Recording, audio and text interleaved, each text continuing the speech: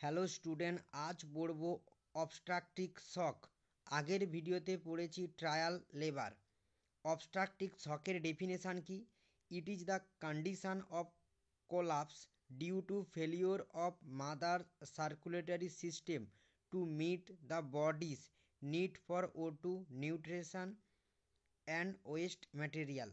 এটা হচ্ছে একটা কন্ডিশান যেখানে বন্ধ হয়ে যায়। বন্ধ হওয়ার ফলে কি কি সমস্যা হয়? ফেলিওর হয় মায়ের সার্কুলেটরি সিস্টেম এবং তার সঙ্গে ইনভলভ থাকা O2 নিউট্রিশন এবং waste materials, waste removable. Next, classification কি অবস্ট্রাকটিভ শকের? ক্লাসিফিকেশান বা কারণ কি?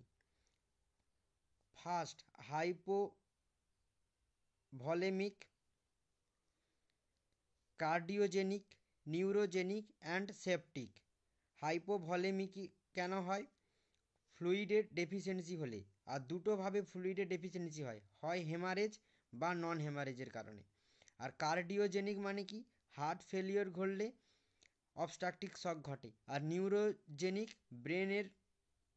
ব্রেনের কোনো কন্ডিশান ঘটলে তখন অবস্ট্রাকটিভ শক হয়। আর সেপটিক, ব্লাডে কোনো ইনফেকশান ক্রিয়েট হলে তখন অবস্ট্রাকটিভ শক হয়। ক্লাসিফিকেশানের এই কজগুলো কি কি কারণে ঘটে? হাইপোভলেমিকের ক্ষেত্রে হ্যামারেজ কি কি কারণে ঘটে? পোস্টপার্টাম হ্যামারেজের কারণে হাইপোভলেমিক হয়। প্লাসেন্টা প্রিভিয়ার কারণে, অ্যাব্রোপসিও প্লাসেন্টার কারণে, ইউট্রাইন রাপচার অ্যান্ড ইক্লেমসিয়ার কারণে হাইপোভলেমিক হয়। আর হাইপোভলেমিকে নন হ্যামারেজ কিসের কারণে ঘটে? Hyperemesis gravidarum, chronic diarrhea, amniotic fluid লসের কারণে। নিউরোজেনিক কিভাবে ঘটে? হেড অ্যান্ড স্পাইনাল কর্ডের ইনজুরি বা অ্যাক্সিডেন্টের কারণে, ট্রমা বা অ্যাক্সিডেন্টের কারণে নিউরোজেনিক ঘটে। ইউট্রাইন রাপচারের কারণে হয়। আর প্রেসিপিটেড লেবার মানে কি? নর্মাল ডেলিভারি যে হয় ভাজাইনালের থ্রুতে, সেখানে তার টোটাল সময় লাগে 15 ঘন্টা, কিন্তু প্রেসিপিটেড লেবারের ক্ষেত্রে কি হয়, 3 ঘন্টায় ডেলিভারি কমপ্লিট হয়ে যায়। এর ফলে কি হয়, এখানে অতিরিক্ত পরিমাণে কন্ট্রাকশান হয়। অতিরিক্ত পরিমাণে কন্ট্রাকশানের কারণে ইউট্রাইন রাপচার ঘটে, এর ফলে নিউরোজেনিক হয়। কার্ডিওজেনিক কিভাবে ঘটে? এমআই এর কারণে, মায়োকার্ডিয়াল ইনফ্রাকশানের কারণে কার্ডিওজেনিক ঘটে অ্যান্ড হার্ট ফেলিওর কারণে। আর সেপটিক কিভাবে ঘটে? সেপটিক শক ব্লাডে ইনফেকশান ঘটলে এবং সেপটিকসেমিয়া হলে। Next, clinical features. অবস্ট্রাকটিভ শকে কী কী ক্লিনিক্যাল ফিচার্স দেখা যায়? হাইপোটেনশন, যেখানে বিপি ডাউন হয়ে যায়। পেলার, ইয়েলো ফেস হয়। সাইনোসিস, ব্লুয়েস ডিসকালারেশন অফ স্কিনটা ব্লু কালারের হয়ে যায়। র্যাপিড এবং উইক পালস হয়। ওলাইগোইউরিয়া এখানে মানে কি? Less than 400 ml per day urine create হবে, কিন্তু নর্মাল ইউরিন কতটা বেরায় ডেলি বেসিসে? 800 থেকে 2000 ml পার ডে, কিন্তু এখানে অলিগোইউরিয়াতে 400 ml বা তার কমে যায়। এটা হচ্ছে অবস্ট্রাকটিভ শকের একটা ক্লিনিক্যাল ফিচার্স। আর কি? এনইউরিয়া, যেখানে একবারে ইউরিন বন্ধ হয়ে যায়, বাইরে ইউরিন তৈরি হয় না। আর কি? রেস্টলেসনেস হয়, ক্লান্তি ফিল হয় পেশেন্টকে। আর কি? এয়ার হাঙ্গার অর্থাৎ কি ডিসনিয়া, শ্বাসকষ্ট হয় পেশেন্টের। আর কি?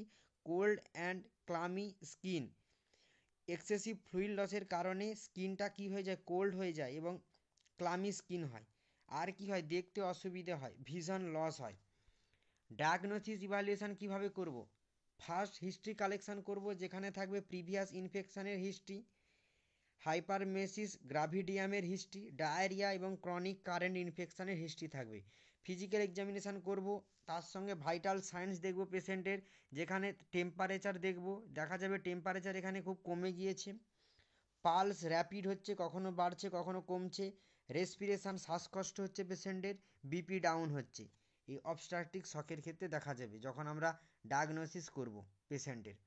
ব্লাড টেস্ট করব, সেখানে সিবিসি করব, টোটাল ব্লাড কাউন্ট দেখব, হিমোগ্লোবিন লেভেল দেখব পেশেন্টের, ব্লাড টাইপ দেখবো কোন টাইপের পেশেন্ট এটা, এর ব্লাড গ্রুপ কী ওটা দেখবো, ব্লাড ট্রান্সফিউশন করব, যদি ব্লাডের দরকার হয় তখন ব্লাড ট্রান্সফিউশন করব। আর কি দেখব, RH ইনকমপাবিলিটি দেখব পেশেন্টের।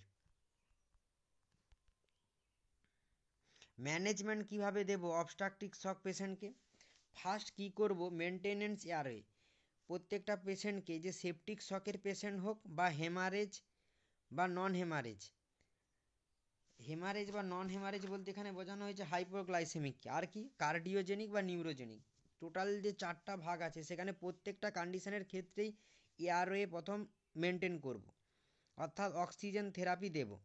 এর ক্ষেত্রে পজিশানটা কী করবো পেশেন্টের, সেপটিক শকের ক্ষেত্রে হেডকে এলিভেটেড করব, হেডটা উপরের দিকে থাকবে, পাগুলো নিচের দিকে থাকবে। হেমারেজ এবং নন হেমারেজের ক্ষেত্রেও সেম হবে, কার্ডিওজেনিকের ক্ষেত্রেও সেম হবে। নিউরোজেনিকের ক্ষেত্রে উল্টো হবে, লেগটা এলিভেটেড করব, লেগটা, পাটা উপরে থাকবে, মাথাটা নিচের দিকে থাকবে, কারণ কি এটা নিউরোজেনিক শক। আর কি করব, ভাইটালস এবং ফিটালস হার্ট রেটটা সবসময় মনিটর করব সেই 4টা কন্ডিশনের ক্ষেত্রেই। আইভি ইনফিউশন কানেক্ট করব, ব্লাড অ্যারেঞ্জ করব, ক্যাথিটার করব, আর ইনপুট আউটপুটের 4টা মেনটেন করে রাখবো 4টা কন্ডিশনেরই পেশেন্টের ক্ষেত্রে। MTP অর্থাৎ medical termination of pregnancy septic শকে যদি দরকার হয় তখন করব। হেমারেজ এবং নন হেমারেজের ক্ষেত্রেও একই, কিন্তু কার্ডিওজেনিক এটা যেহেতু হার্টের ক্ষেত্রে এখানে কিন্তু MTP অ্যাক্ট করব, প্রেগনেন্সিটাকে টার্মিনেট করে দেব। আর নিউরোজেনিকের ক্ষেত্রে যদি দরকার পড়ে তখন করব। আর CPR সেপটিক হেমারেজ এবং নিউরোজেনিকের, না সেপটিক আর হেমারেজের ক্ষেত্রে যদি দরকার হয় তখন দেব, কার্ডিওজেনিকের ক্ষেত্রে এবং নিউরোজেনিকের ক্ষেত্রে CPR দিতেই হবে এখানে পেশেন্টকে, এটা দেব। ব্লাড ট্রান্সফিউশন করব 4টা কন্ডিশনের ক্ষেত্রে। আর কি আছে, TPN টোটাল প্রিনেটাল নিউট্রিশন, এটা হচ্ছে একটা প্যাকেজ, সাপ্লিমেন্ট বলা যায় যাকে, এই কন্ডিশান হলে পেশেন্টকে এটা প্রোভাইড করব। আর কি আইভি ইনফিউশন দেবো, আগেই বলেছি, যেখানে NS বা RL থাকবে, ডক্টর যেটা বলবে সেটা দেবো পেশেন্টকে। এভাবে ম্যানেজমেন্ট প্রোভাইড করব অবস্ট্রাকটিভ শক পেশেন্টকে।